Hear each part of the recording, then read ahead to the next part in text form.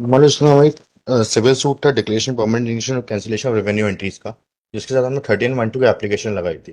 1312 की एप्लीकेशन हमारी अलाउ हुई, उसके अगेंस्ट में डिफेंडेंट ने अपील फाइल करी, वो अपील अलाउ हुई, उस ऑर्डर के अगेंस्ट में हम यहाँ पे एमपी में आए हुए हैं। You are plaintiff. I am the plaintiff. Plaintiff. Plaintiff जी। Suit for declaration and permanent injunction. And cancellation of revenue entries.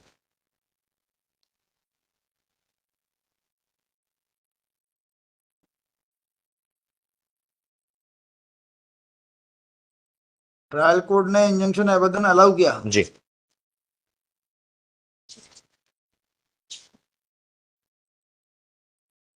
Appellate court ने रिवर्स कर दिया। जी।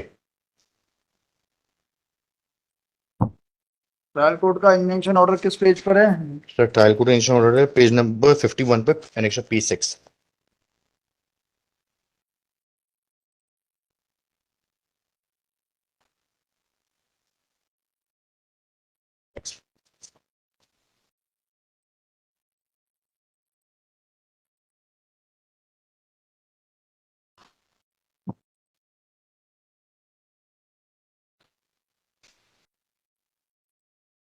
क्या मिला?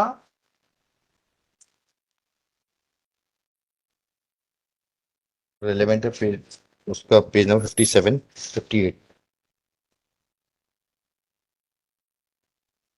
अंतरिम नामांकन तक अन्य किसी आदेश पारित होने तक प्रतिवादी वादी भूमि पर वादीगण के आधिपत्य में ना तो स्वयं और ना अन्य किसी के माध्यम से हस्तक्षेप नहीं करेंगे एवं दोनों पक्ष वादग्रस्त भूमि का यथास्थिति बनाए रखेंगे। ये आपके पास आपका राइट क्या है प्रॉपर्टी पे? सर जो पिटिशनर नंबर 1 है, मणिकांत शर्मा, इसने तो रजिस्टर्ड सेल डीड से प्रॉपर्टी खरीदी थी 24/10/97 में। किससे खरीदी थी? ओम प्रकाश से। ओम प्रकाश से कौन सी प्रॉपर्टी खरीदी? इसने खरीदी है सर 95/3 जो है, हैं? 95/3 खासा नंबर 0.007 हेक्टेयर। 0.007 हेक्टेयर। जी। 24/10/1997 में रजिस्टर्ड सेल डीड से खरीदी थी। 24/10/1997। जी। और तब से वहां पे घर बना के रह रहा है। और जो ओम प्रकाश ने सेल किया मणिकांत को। जी, एक पोर्शन, और जो दो पोर्शन है बाकी के, जो परम और पारितोष है, हाँ वो उसके बेटे, उसकी डेथ हो गई 2000 में, तो इनहेरिट में उनको मिली। हाँ जी।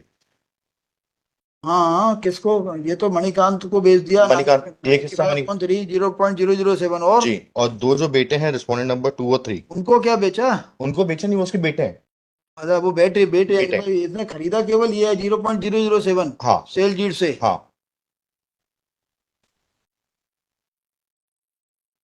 पिटिशन नंबर 2 और 3 उसके बेटे हैं। ये दावा क्या? दावा 95/3 और 0.007 के लिए है ये दावा? नहीं, दोनों प्रॉपर्टीज के लिए। दूसरी कौन सी बताओ ना? सर दो प्रॉपर्टी थी, एक तो ये थी प्रॉपर्टी, इसके अलावा एक प्रॉपर्टी थी, इसका खसरा नंबर 92 था। ये दावा 92 के लिए भी है? 92 के लिए। दावे का पेज नंबर क्या है? दावा तो है ही नहीं 92 के लिए। दावा तो है 95 के लिए, 95/1 के लिए। 95/3 95/1। 95/8, 95/3 जी। हाँ 95/1 और 95/3 जी। सर उसके के लिए। हाँ सर पैराग्राफ 2 में 92 का भी उल्लेख है। हाँ। नरसिंहपुर में स्थित खसरा नंबर 92 रकबा 0.41 एकड़ एवं खसरा नंबर 95। ये तो पहले भी कोई दावा चला था। जी, पहले भी एक दावा चल रहा है। उस दावे में तो हाँ ये तय हो गया था कि ओम प्रकाश के स्वामित्व की नहीं थी। सर वो जो दावा था हमारा, जो पहले जो दावा चला था, वो विक्रय पत्र समय भी शून्य होगा। वो विक्रय पत्र सर, वो रिकवरी ऑफ पोजीशन का था। वो जो दावा था वो recovery of possession mesne profit का था। किसने लगाया था? वो हमने लगाया था, वो हम हार गए थे। रिकवरी ऑफ पोजीशन का था। जी। इसी नंबर का? इसी नंबर का। तो आप हार गए तो अब आप कब्जे में कैसे हो जाओगे? सर वो हम हार गए थे, उसमें अपील करी, वो भी हम हार गए थे। वो अपील करने के बाद हम हार गए, उसके बाद लेकिन वो जो हम हारे थे उसको इस ग्राउंड पे हारे थे कि उसमें इनका जो जनपद पंचायत का नाम था, वो हमने उसमें नहीं लेके आए थे। नहीं वो अलग मैटर है, आप जी। हार गए ना। जी। आप हार गए, किसके खिलाफ दो दावे का फैसला कहाँ है? तो वो दावे का फैसला इसमें नहीं है। कोई बात नहीं। तो ये दावा आपने किसके खिलाफ लगाया था? सर वो दावा हमने लगाया था हर्ष दत्त के खिलाफ। हैं? हर्ष दत्त के खिलाफ, जो रिस्पोंडेंट नंबर 2 है, कौन है जी हर्षदत्त? जो उसमें कब्जे पे थे। यहाँ पर रिस्पोंडेंट नंबर 2 है। रिस्पोंडेंट नंबर 2 है। और कब्जा भी उन्हीं का है। और इवन टुडे मतलब ही इज इन पोजीशन। हाँ पोजीशन आज भी हमारा एल शो। वो जिस डॉक्यूमेंट को ये पेश कर रहे हैं, वो अपीलेट कोर्ट ने डिस्कस किया है, that is with respect to some different खसरा नंबर। जहां ये घर होना बताया, दैट इज पर्टेनिंग टू खसरा नंबर 98। वो फाइंडिंग आई हुई है इसमें। और सर वो ये ऐसा नहीं है, there was specific issue which was frame by learned trial court in previous suit. वो खसरा नंबर 85/1 और खसरा नंबर 95 जो अभी यहाँ पे विवादित है, उसी के लिए पुराना सूट पेश किया गया था। That is respect to title and injunction, possession के लिए नहीं था। वो स्पेसिफिक इश्यूज बने हुए थे and those issues were decided. Appeal की, अपील भी डिसमिस हो गई।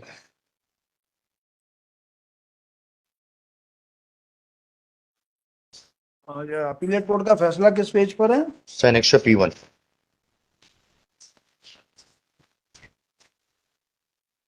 Page number 12।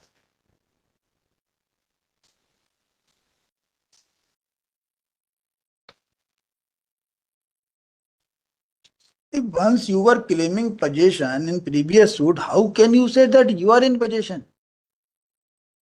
Sir, In previous suit, if जी you are saying, if you were saying that you are not in possession, जी so who put you in possession?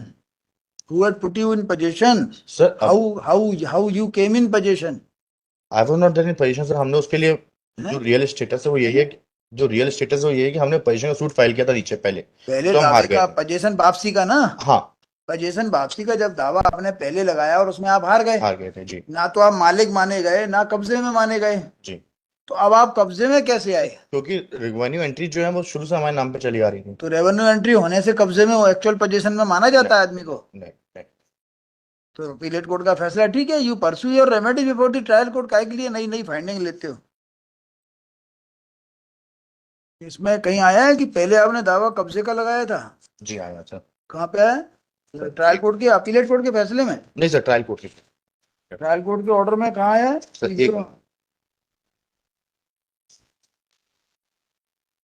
जो page number 57 पे वादियों के द्वारा पूर्व जो प्रकरण प्रतिवादी क्रमांक 3 हजरत एवं अन्य के विरुद्ध प्रस्तुत किया था वह खसरा नंबर 85/1 तथा मूल खसरा नंबर 95 के संबंध में कब्जा दिलाए जाने एवं मध्यवर्ती जो आप कब्जा दिलाए जाने का दावा लगा रहे हो, तो अब यहाँ कैसे कब्जा कैसे कह सकते हो कब्जे में हो?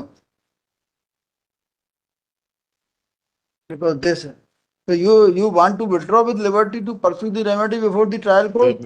ठीक है, after arguing at length, the great counsel for the petitioner public defendants prays for withdrawal of this miscellaneous petition with liberty to pursue the pending civil suit before trial court.